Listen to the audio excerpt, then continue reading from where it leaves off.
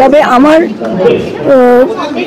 সবসময় মনে হয় কারোর সঙ্গে বেশি ভালোবাসাও নয়, ঝগড়াও নয়, ঠিক নিয়ম করে একটা মেনটেন করে যাওয়া, রিলেশনটা মেনটেন করে যাওয়া।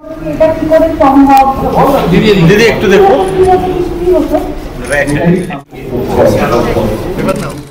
শরীর কেমন আছে? শরীর ভালোই আছে, খারাপ নেই।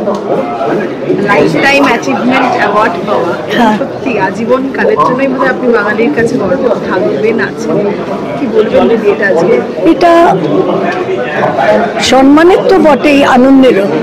কারণ আমি যাদের সঙ্গে বড় হয়েছি, যেখান থেকে বড় হয়েছি, তারা যে আমাকে এত ভালোবেসে মনে করে সবসময় আমাকে এসব সম্মান দেন, এটা কোনো তুলনা নেই, সত্যি তুলনা নেই। হ্যাঁ, এবং সবসময় যে আমি এই যে আসা যাওয়া করি এই ফ্লাইটে, এত বাঙালির দেখলেই কি ভালো লাগে। এই গান আমি কবে থেকে গাইছি, এটা শুনতেও ভালো লাগে যে তারা এখনো আমাকে সবাই মনে রেখেছেন আর মনে রাখবেন বলে কোনোদিন ভুলবো না। তো এটা একটা আনন্দের ব্যাপার, কিন্তু সত্যি আনন্দের ব্যাপার।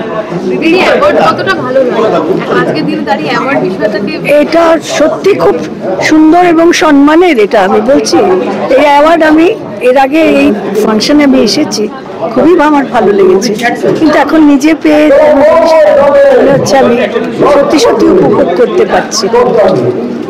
দিদি আজকে গান গাইলেন, যেটা সঞ্জিত বাবু বললেন একদম সপ্তমিশু, সত্যি রেওয়াজ এখন করা মানে? হ্যাঁ, প্রত্যেক দিন করি, প্রত্যেক দিন দুবেলা।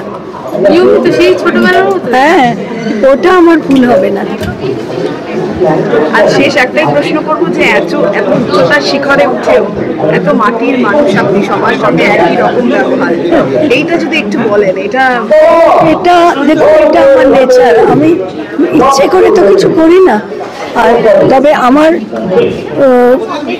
সবসময় মনে হয় কারোর সঙ্গে বেশি ভালোবাসাও নয়, ঝগড়াও নয়, ঠিক নিয়ম করে একটা মেনটেন করে যাওয়া, রিলেশনটা মেনটেন করে যাওয়া। এটা আমি অনেক ছোটবেলার থেকে আমরা শিখেছি, তার জন্যই কিন্তু এটা হয়ে গেছে।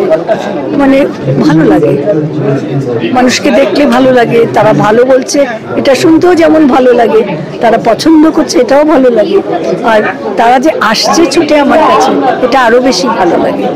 এই প্রজন্মের গায়ক গায়িকা তারা কেউ খারাপ নয়, যথেষ্ট ভালো গায়।